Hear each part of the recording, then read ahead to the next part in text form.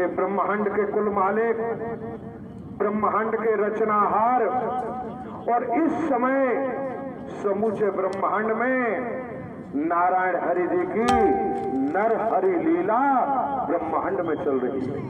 ये आप समझ सकते हैं। आस्था श्रद्धा को मजबूत रखें, क्योंकि आज हम भी वो दिन याद करते हैं। यहाँ से आने के पहले हम भी जज की तैयारी कर रहे थे, सिविल जज की। हमारे सिंधिया स्कूल जो ग्वालियर में फेमस पब्लिक स्कूल है, उस बास्केटबॉल में एक कोच थे, उनसे हमारी मित्रता थी और हम अपने जज की तैयारी कर रहे थे वर्ष 2009 के पहले। साथ संगत जी, उन्होंने हमसे ऐसे ही जिक्र किया, हम उनके पास बैठा करते थे तो हम नारायण साकर हरि जी की छवि उनके घर पर लगी हुई थी। मध्य प्रदेश में जानकारी तो थी नहीं ज्यादा, तो हम जब उनके घर जाया करते थे तो उनका पूरा परिवार शाम को आरती करता था, सुबह वंदना प्रार्थना। तो कई बार हमारा आरती के समय जाना हुआ तो उनकी बैठक में ही नारायण हरि जी की छवि लगी थी, तो पूरा परिवार खड़े होकर आरती करता था।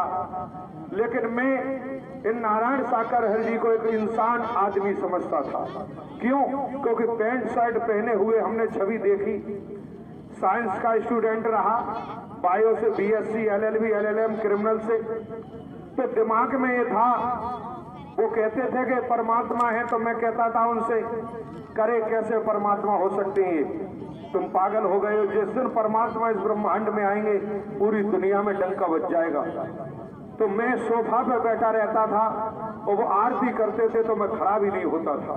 क्यों? मेरे दिमाग में था कि ये पागल बने घूम रहे हैं। और मैं कहता था उनसे कि क्यों पागल बने हो तुम, बच्चों को भी पागल बनाए हुए और भागते रहते हो। तो मेरा उनके घर कई बार आना जाना हुआ। एक दिन मैं पहुंचा तो उन्हें गुस्सा आया। जब मैंने यही शब्द कहा तो उन्होंने कहा कि वकील साहब ऐसा करो, आप मेरे साथ चलो बहादुर नगर, और वहां नारायण साकर हरि जी की जन्म भूमि है, प्राकट्य भूमि है, वहां माता श्री आ रही हैं, आप चलो। तो मैंने कहा मैं कहीं नहीं जा रहा, मुझे कहीं जरूरत नहीं है, मैंने उनसे कह दी। तो उन्होंने कहा कि उस समय मात्र बहादुर नगर के बस का दोनों तरफ का आने जाने का किराया 150 रुपए था। तो उन्होंने कहा कि नहीं आप चलो, हम आपका टिकट कराए देते हैं, बस जा रही है। तो जबरदस्ती की उन्होंने। तो मैंने सोचा कि चलो एक पिकनिक ही सही, हकीकत बता रहे हैं आपको।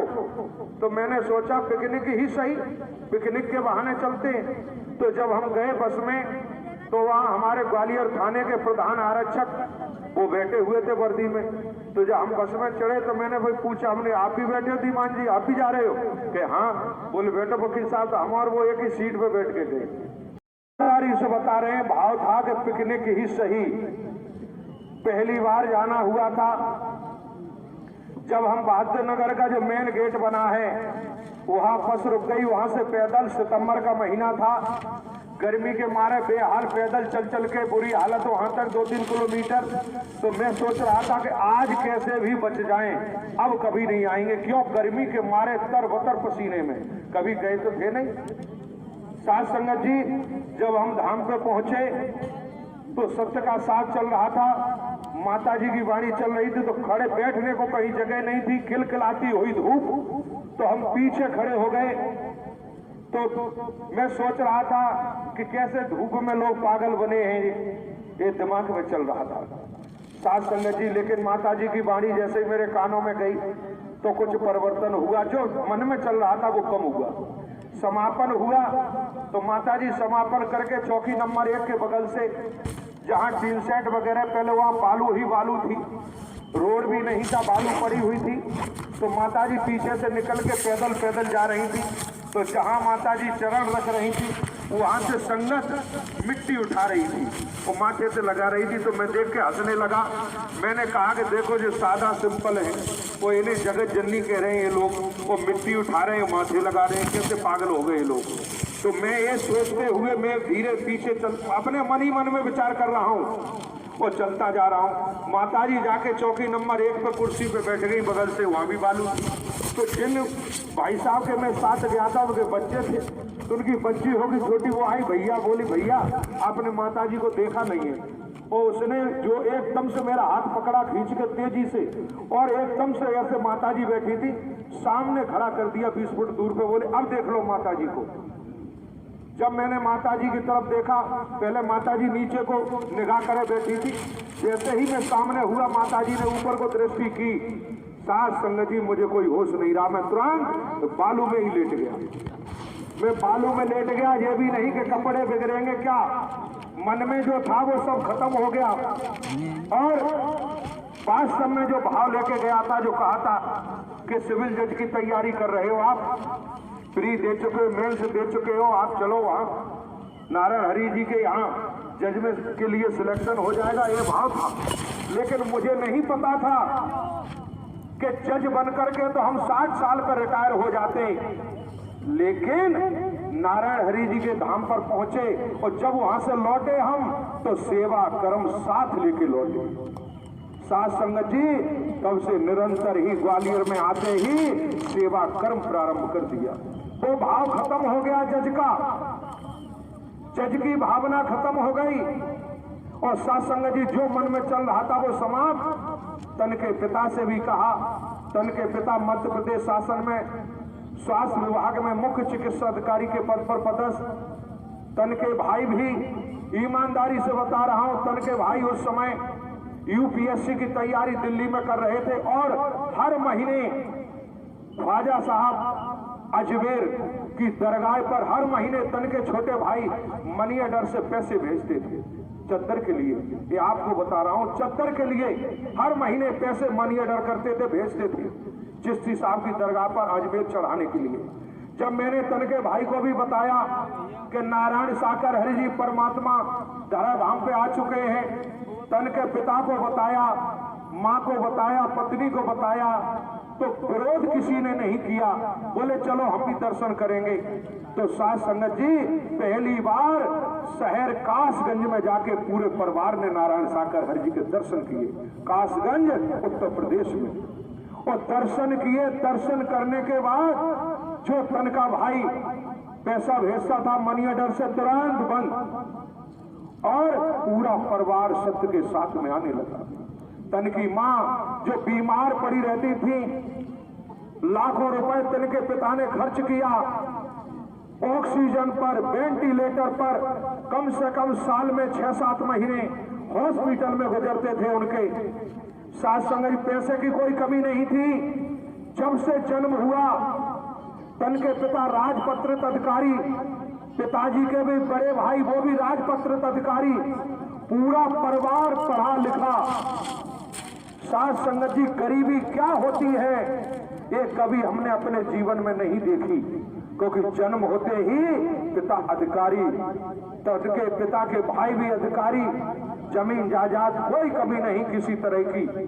साथ संगत जी लेकिन तन की माँ बीमारियों से घिरी थी, लाखों लाखों रुपए खर्च किए, उन्हें बीमारी हार्ट अटैक की, यहाँ पैर में बहुत बड़ी हड्डी निकली थी। जितने ग्वालियर मध्य प्रदेश में आर्थोपेडिक सर्जन हैं, सारे डॉक्टरों से इलाज कराया, यहाँ तक कि हड्डी में इंजेक्शन लगवाए, किसी डॉक्टर ने लोहे के जूते तक पहनवाए, लेकिन माँ का पैर सही नहीं हुआ। हर डॉक्टर का दावा था कि ऑपरेशन होगा हड्डी का और 6 महीने बाद हड्डी पुनः बढ़ जाएगी। बोले बढ़ती है, एक कभी हमेशा ठीक नहीं हो सकती। झांसी तक इलाज कराया।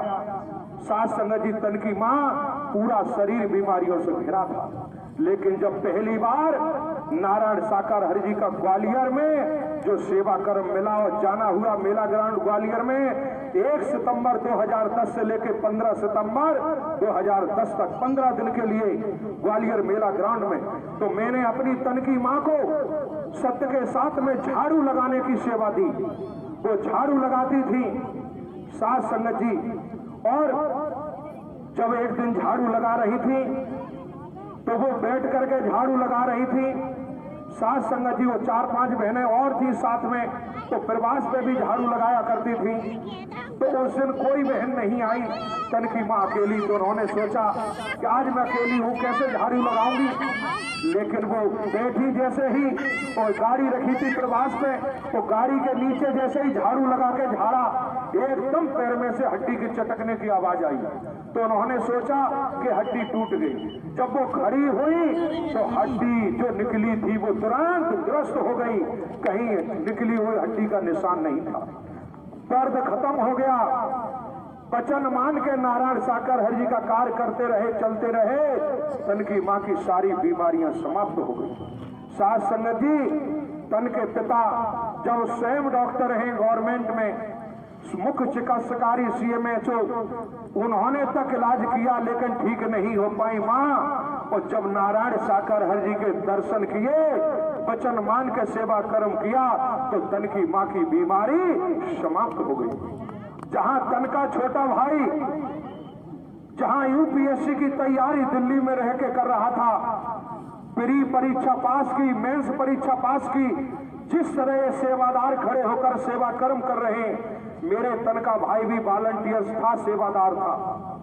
वो भी जब 2010 में नारायण साकर हरि जी का जाना पहली बार ग्वालियर में हुआ, तो जहां हमारी कॉलोनी है, पास कॉलोनी है, वहां के अधिकारी वगैरह जब तन के भाई को सेवादार के रूप में खड़ा देखते थे, तो वो कहते थे कि वकील साहब पागल हो गए, इन्होंने अपना भाई भी पागल कर दिया है। बोले UPSC की तैयारी कर रहा है, दिल्ली में रह के क्या IAS IPS बनेगा, ये दिन भर यहाँ सेवादार बना खड़ा रहता है सत्य के साथ में। इस तरह ताने मारा करते थे। लेकिन तन के भाई की आस्था श्रद्धा कम नहीं हुई, मजबूती से कर्म करता रहा। साथ संगत जी, उसने प्री परीक्षा पास की, मेंस परीक्षा भी पास कर ली।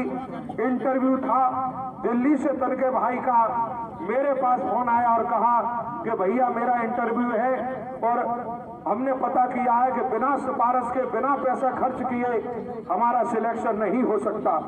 तो साथ संगत जी, मैंने तुरंत तन के भाई से कहा कि हमारे आपके पास इतना पैसा नहीं है कि पैसा खर्च कर सके, लेकिन हमारे आपके हैं तो नारायण साकर हरि जी हैं, जिनका सत्य का साथ करते हैं।